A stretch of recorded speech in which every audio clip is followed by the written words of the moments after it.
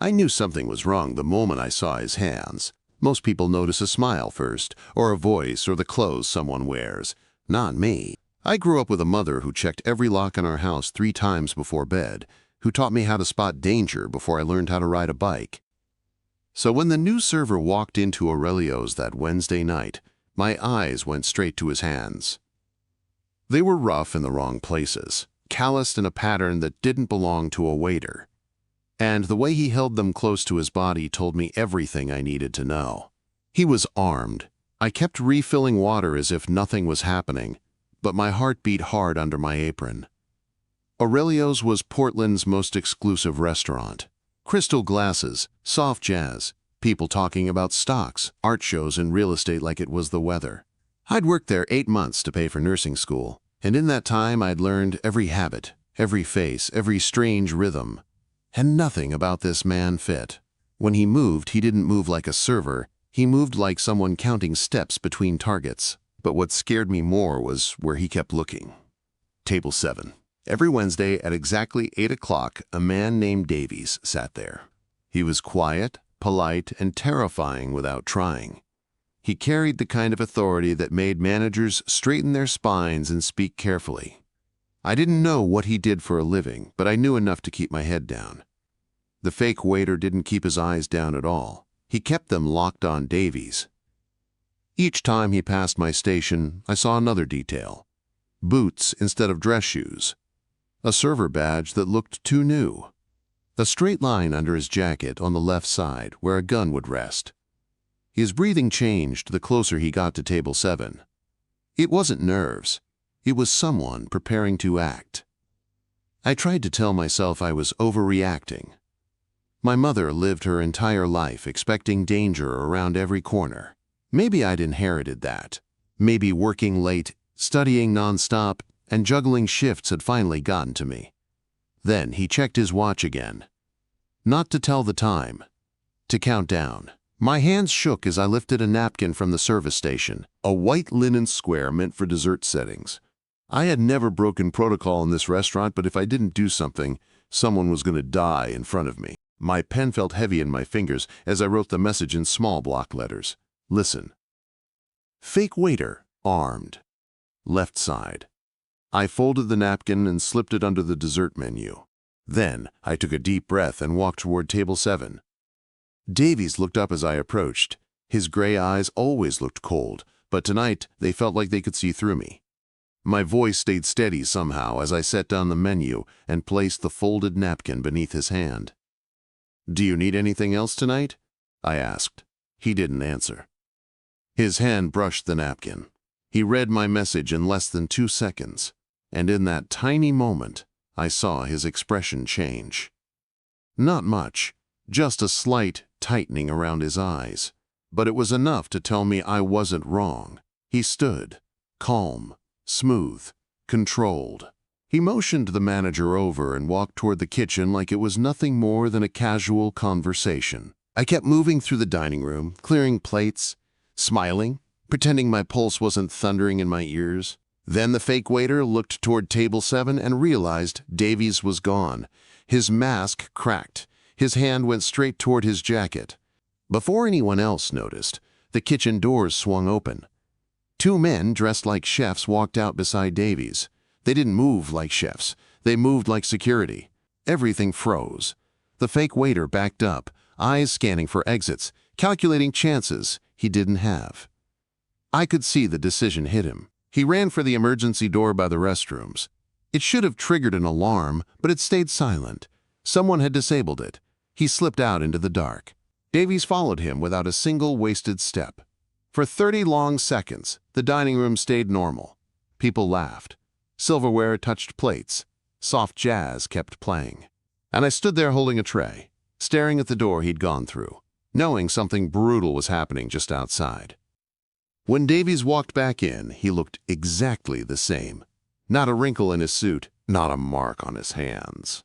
But his eyes were sharper, colder, like steel cooling after fire. Management declared a quote, gas leak. Patrons were escorted out. Staff received envelopes with full pay and bonuses. No questions asked. but I had 1,000 questions and no answers. I left the restaurant feeling like I'd stepped through a doorway into a world I wasn't meant to see. By morning, a black sedan was parked across from my building. Watching. Waiting. My life had changed the moment I slipped that napkin under Davies's hand. I just didn't know how much yet. And I didn't know that the man I warned would become the one person who would turn my entire world upside down. I woke up the next morning with a tight feeling in my chest, the kind that comes after a nightmare. Except this wasn't a nightmare. The black sedan parked across the street made sure I remembered that. It sat there with dark tinted windows, engine off, but its presence felt loud. Someone inside was watching my building. Watching me. I tried to ignore it as I got dressed for class. I brushed my hair, tied my shoes, packed my nursing books, the same way I always did. But everything felt different, like the world around me had snapped out of place. Instead of leaving through the main lobby, I slipped out the back service door of my apartment building. Old habits from childhood returned easily. Change your path. Break patterns. Don't walk in straight lines. Don't give anyone a clear shot. That was the kind of advice my mother whispered to me growing up. I used to think she was paranoid, but now her voice echoed in my mind like she'd been right all along. On the bus, I noticed a motorcycle behind us. It followed every turn, even the pointless ones. The rider never passed, never slowed, just followed. Close enough to track me, far enough to pretend it wasn't happening. When I finally reached campus, the crowd swallowed me for a moment. Students complained about exams, laughed with friends, bought coffee, lived normal lives. I wanted to shake someone, anyone, and ask them how they didn't feel the world closing in around them. My peace lasted maybe 10 minutes before I saw him, one of the men who'd been watching me earlier. Different outfit, same face, standing near a vending machine like he belonged there. But he didn't look at snacks. He looked at hallways, exits, shadows. A watcher. They were everywhere I went that day. A man in a coffee shop, pretending to type. A woman in a car outside the library, pretending to read. Another sedan, switching places with the first like they were taking shifts. By the time I finished classes, my nerves felt like frayed wires sparking under my skin. I wanted to call the restaurant just to hear a normal voice. But Aurelio's number redirected to a message about temporary repairs. No reopening date, no real explanation. Normal was gone. That night, my mother's care facility called. Just a reminder for her medication schedule, a normal call. But instead of comfort, it made my stomach twist. She had no idea what was happening. She had no idea someone might use her to get to me. I stared at my ceiling later, unable to sleep. That was when my door buzzer sounded. Not loud, just a single buzz. I froze. No one buzzed my apartment. Ever. I stepped quietly to the window and peeked through the blinds. A delivery box sat at the front door of the building. No delivery truck. No driver walking away. Just the box. Against every instinct, I went downstairs and brought it up. Inside was a brand new smartphone. Expensive. Still sealed. When I turned it on, only one contact existed in it. Safety. No name, no instructions. Just that word. My stomach dropped. Whoever placed that phone at my door knew exactly where I lived, and they wanted me reachable. The next morning, my mother's facility called again. This time, about a large anonymous donation. All her medical bills were paid. Therapy covered. Housing secured. Forever. I sat down on my couch with the phone in my hand. This wasn't kindness. This was control. Someone was taking over my life piece by piece. 4 weeks passed like that, each day tightening the net around me. Surveillance outside my home. Surveillance at school. Surveillance on the bus. False smiles from management at my new temporary job, like they'd been told not to ask questions. I lived in a world built entirely by someone else, a world shaped by the man whose life I had saved. Then one Tuesday night, the phone labeled safety buzzed in my hand. I stared at the screen for 3 rings before answering. A man's voice spoke. "Aurelio's reopens tomorrow. Your shift starts at 6. Be on time." That was it. No explanation, no questions, no chance to respond, just an order. The next evening, the black sedan followed my bus openly. No attempt to hide it anymore. When I walked into the restaurant, the staff whispered like I was a ghost. Like I had been gone for years, not weeks. And table 7 was empty. Until 8 o'clock. The hostess approached me with a pale face and whispered, "He's here. And he asked for you, only you." My fingers tightened around the water pitcher as I walked toward him. Davies sat there like always, straight posture, calm eyes. The air around him felt heavier than the rest of the room. But tonight, he wasn't alone. A man sat beside him, hard jaw, sharp eyes. The kind of man who didn't blink unless he meant to. Davies looked at me as I reached the table. For the first time, he didn't look past me. He looked into me. "Sit," he said quietly. Not a request. I did. He slid a thick manila envelope toward me. Inside were photos. Photos of me walking to class, getting coffee, visiting my mother, leaving my apartment. Each one stamped with times, dates, and coordinates. They knew everything. Davies watched me as realizations spread through me like ice. "They identified you as the weakness in their operation," he said. 3 weeks of confirmation before moving on you." My voice didn't want to come out, but I forced it. "Who?" Davies leaned closer, his voice low enough for only me to hear. "The people who sent the fake waiter." My breath caught. "You're not safe on your own," he said. "Not anymore. If you want to live, you stay under my protection, and that requires proximity." I felt the ground shift under me, my life tipping into an abyss I never saw coming. "And what happens if I say no?" I whispered. Davies held my gaze with calm, brutal honesty. "Then they take you." My heart pounded in my ears. "And if I say yes?" His eyes softened for a fraction of a second. "Then I take responsibility for you." Part of me wanted to run. Another part knew there was nowhere left to go. My voice trembled. "Why? Why protect me at all?" His answer was simple. "You saved my life when you didn't have to. That means something in my world." He slid a pen toward me. "Now, sign." I didn't remember signing my name. My hand moved. The pen touched paper. And suddenly everything in my life before that moment felt distant and unreachable. When I looked up, Davies was already collecting the documents, sliding them back into the envelope like sealing a deal that could never be undone. "You start tomorrow," he said. Tomorrow. As if tomorrow meant anything normal now. I still had to finish my shift that night. I took plates to tables, poured wine, smiled. Pretended my life hadn't just been rewritten by a man who lived in the shadows of Portland. But something had changed. The other servers avoided looking directly at me. The hostess kept glancing in my direction like she'd been warned. Even the manager spoke to me with careful politeness. They knew, maybe not everything, but enough. Saturday morning, 3 men knocked on my apartment door. They wore jeans and hoodies, but their posture screamed military. They packed my belongings with calm, silent efficiency. No small talk, no jokes, just order, control. In less than 2 hours, my entire life was inside a single moving truck. My new building looked like every luxury tower downtown. Glass walls, polished floors, soft lighting. But the security was too strong to be accidental. 3 layers of keycard access, cameras disguised as decor. A doorman who definitely had a gun under his suit. My apartment was beautiful, clean, open, expensive. But the moment I stepped inside, I knew it wasn't really mine. It was a safe house, a cage made of marble and riverview windows.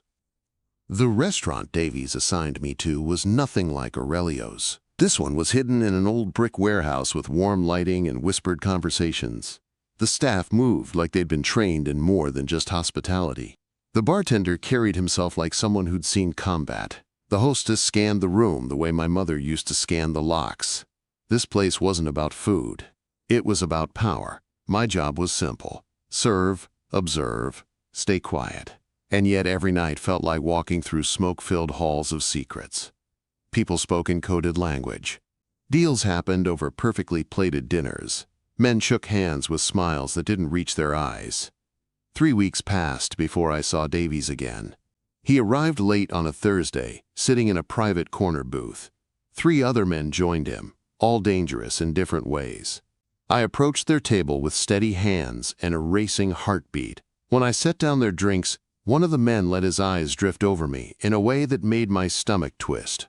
His hand brushed my hip like he was entitled to it. Before I could react, Davies spoke. "Don't touch what's mine." The man froze, his face drained of color. Everyone at the table knew exactly what that sentence meant. The man apologized immediately. He didn't look at me again. I walked away with the tray in my hand, my breath unsteady. The word mine echoed inside me. It should have scared me. Maybe it did, but part of me also felt protected, seen. Davies wasn't a man who let people close. Not ever. But he'd drawn a line that night. A dangerous one. It didn't end there. The next night, as I stepped outside the restaurant after my shift, Davies's car was waiting at the curb. The driver opened the door for me like this was routine now. I tried to object, but the driver simply said, "Mr. Davies wants to make sure you get home safe." Davies sat in the back seat beside me, close, warm, quiet. The city lights reflected in the windows as Portland drifted past us. "You handled yourself well tonight," he said without looking at me. "It was just a shift," I replied. "No," he said, "you see things others don't. You move before danger hits. Most people freeze. You don't." That quiet praise meant more than it should have. When we reached my building, he didn't let me leave right away. His voice softened, losing some of that command he always carried. "I don't want you in the middle of this world," he said. "But the moment you wrote that message on the napkin, you stepped into it. And now I can't let you go unprotected." I swallowed hard. Protected from who? "From everyone," he said simply. A week later, 2 men showed up at the restaurant. Federal agents disguised as business clients. Their suits were too stiff, their smiles too sharp. They watched me like I was a puzzle they wanted to solve. "How long have you worked here?" one asked. "Since the reopening," I said, keeping my voice light. They asked subtle questions. Ownership, staff, clientele. I answered with practiced calm. Nothing too helpful, nothing too suspicious. But they kept glancing toward Davies's private booth. Later, Davies called me into his office behind the kitchen. It looked like a manager's office, but the reinforced door and security monitors told the truth. "You handled the agents well," he said, pouring whiskey into 2 glasses. "Agents?" My voice barely came out. "Organized crime task force," he said. "They were testing you, trying to see if you'd slip." I didn't know whether to be relieved or terrified. Davies took a slow sip of his drink. His voice dropped lower, more serious. "People like you don't just survive pressure. You get stronger under it. You remind me of who I used to be before this life took everything else." My chest tightened. I didn't know what to say. He stepped closer, just enough for his shoulder to brush mine. The faintest touch. Warm. Intentional. "You're an asset," he said. "But not just to my organization." He paused, his gray eyes holding mine. "You're an asset to me." Something inside me shifted at those words. A tension I'd been carrying for months finally snapping loose. I should have stepped back. I didn't. Neither did he. He brushed his fingers against mine, light, careful, like he was giving me time to pull away. I didn't pull away. And when he leaned in, his voice touched my ear like a confession. "I don't want to lose you." When the call came at 2 in the morning, my heart fell straight into my stomach. No one calls with good news at that hour. I grabbed the anonymous phone and answered before the second ring. "This is Maple Ridge Assisted Living," the night supervisor said. "Your mother is safe, but someone tried to access her wing. Security stopped them." Safe, but tried. Those 2 words tore through me like a blade. Before I could even speak, another buzz hit the phone. A text. "Car waiting." I looked out my window. A black SUV idled at the curb. My chest tightened. This wasn't normal emergency response. This was organized, prepared, violent.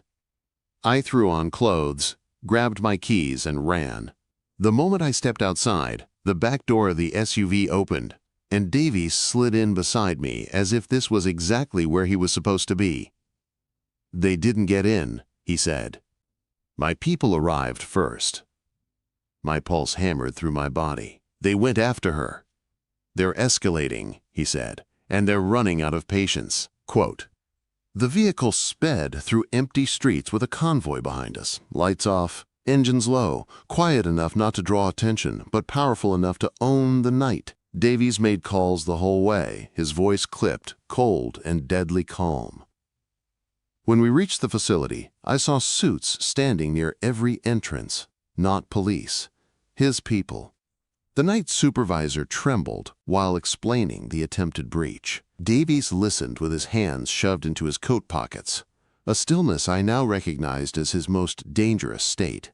He waited outside my mother's room while I checked on her. She was confused, tired, unaware of the danger she'd just escaped. When she fell back asleep, I stepped into the hallway and found Davies staring at a security tablet, his jaw clenched tight. "They're not just watching you anymore," he said. "They want leverage. And family is leverage." A meeting began inside the conference room the staff usually used for scheduling.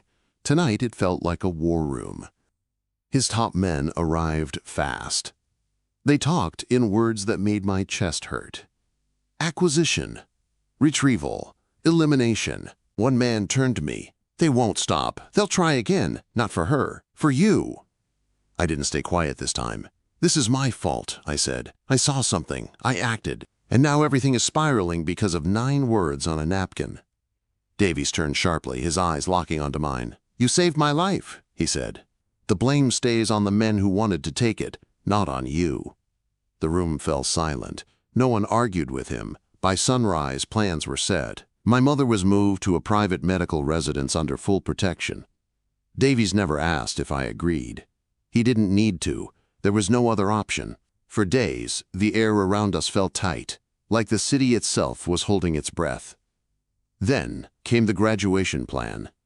A controlled space, large crowd, easy security screening. A perfect opportunity for rivals to try again, and a perfect moment for Davies to strike back. "You're using me as bait," I said quietly. "Yes," he said, not pretending otherwise. "Because you're the one thing they want badly enough to expose themselves." He paused. "I won't let anything happen to you. Not a scratch." The day of my ceremony felt unreal. My gown shook in my hands as I dressed.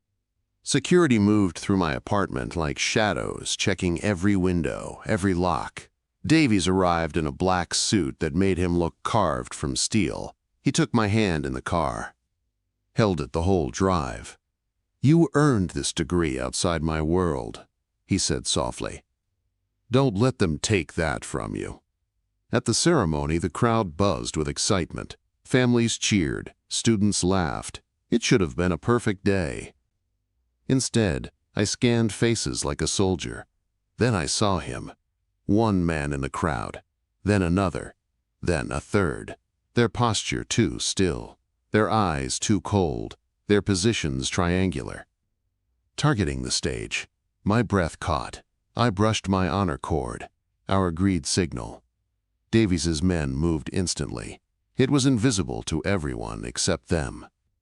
A ripple through the crowd, bodies shifting, hands moving, silent commands, and then extraction. The 3 men were pulled from the crowd with polite smiles and firm grips, quietly escorted out like misbehaving guests. No panic, no weapons drawn, no sound. The ceremony continued. My name was called. I walked the stage smiling for a camera that captured a moment I barely felt. Hours later, those men sat in separate interrogation rooms inside a warehouse owned by Davies's organization. Davies questioned them with precision, pressure, and calm cruelty disguised as conversation. When he finished, he joined me in the hallway. "They were sent to take you," he said. "Not harm you, use you." My stomach twisted. What happens to them now? he answered without emotion. They'll be returned in pieces that look like internal betrayal. The message will be clear. That night, he drove me home himself. No driver, just him. The city lights blurred past the windows. My hands shook slightly, but I didn't hide it. "You could have left me out of all of this," I whispered. "No," he said, "because the moment you warned me, you stepped into my world, and I realized I didn't want you out of it." His voice softened, cracked at the edges. "I hate how much danger this puts you in. I hate that I used you as bait, and I hate that I care more about you than strategy allows." My breath stilled. He reached for my hand, slowly, giving me every chance to pull back. I didn't. He leaned closer, his forehead brushing mine gently. "I don't want a normal life," I whispered, "just an honest one." His lips touched mine, slow, warm, careful, as if he was afraid I might break. When he finally pulled back, he whispered, "Then stay in my world." Months passed. My new life took shape. I worked in a medical clinic he funded, treating people who had nowhere else to go. I became his quiet consultant, spotting threats others overlooked. And I visited my mother at a facility where she finally felt safe. One evening, back at Aurelio's original location, I served Davies like I used to. He sat at table 7, reading his leather journal. I slipped a folded napkin under his hand, the same way I had that first night. He opened it. One word: safe. He covered my hand with his thumb brushing my skin softly. That was our life now. Not simple, not clean, but real. Two broken people who found each other in the shadows and chose to stay there.